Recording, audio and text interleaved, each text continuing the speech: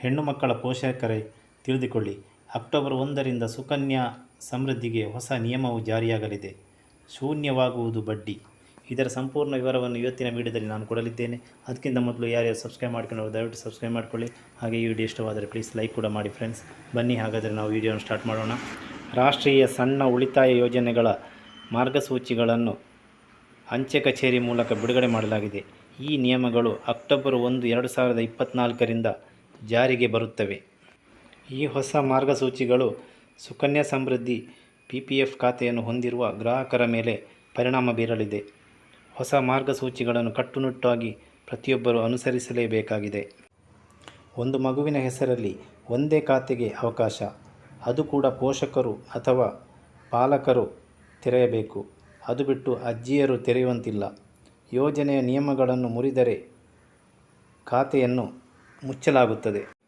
ಮಗುವಿನ ಹೆಸರಿನಲ್ಲಿ ತೆರೆಯಲಾದ ತಪ್ಪು ಖಾತೆಗಳನ್ನು ಸರಿಪಡಿಸಿದರೆ ಮಾತ್ರ ಹೂಡಿಕೆ ಮೇಲೆ ಬಡ್ಡಿ ನೀಡಲಾಗುತ್ತದೆ. ಇಲ್ಲವಾದರೆ ಬಡ್ಡಿ ಶೂನ್ಯವಾಗುವುದು. ಈ ನಿಟ್ಟಿನಲ್ಲಿ ಖಾತೆದಾರರು ಅಥವಾ ಪೋಷಕರಿಂದ ಪ್ಯಾನ್ ಮತ್ತು ಆಧಾರ್ ಸಂಖ್ಯೆಯನ್ನು ಸಂಗ್ರಹಿಸಲು ಎಲ್ಲ ಅಂಚೆ ಕಚೇರಿಗಳಿಗೆ ತಿಳಿಸಲಾಗಿದೆ. ಭಾರತಕ್ಕೆ ಆಗಾಗ ಭೇಟಿ ನೀಡುವ NRIಗಳು PPF ಖಾತೆಯನ್ನು ಹೊಂದಿದ್ದರೆ ಅವರಿಗೆ ಸೆಪ್ಟೆಂಬರ್ 30, 2024ರವರೆಗೆ ಬಡ್ಡಿಯನ್ನು ನೀಡಲಾಗುತ್ತದೆ. ನಂತರ ಅವರು ಯಾವುದೇ ರೀತಿಯ ಬಡ್ಡಿಯನ್ನು ಪಡೆಯುವುದಿಲ್ಲ.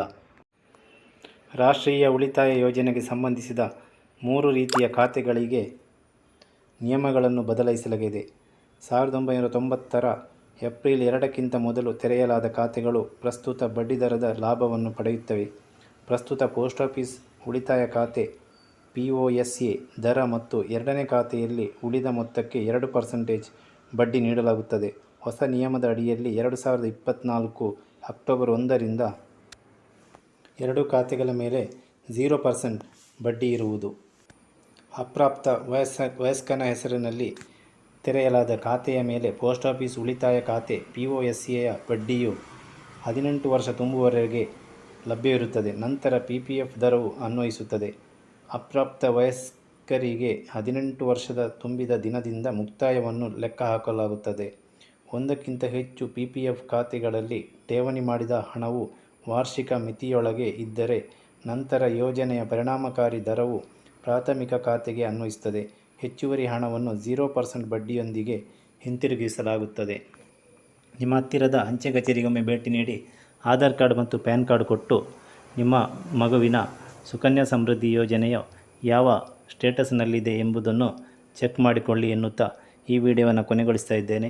ಈ ವಿಡಿಯೋ ಇಷ್ಟವಾದರೆ ಪ್ಲೀಸ್ ಲೈಕ್ ಮಾಡಿ, ಶೇರ್ ಮಾಡಿ ಮತ್ತು ಸಬ್ಸ್ಕ್ರೈಬ್ ಕೂಡ ಮಾಡಿ friends. Thank you. Bye. See you.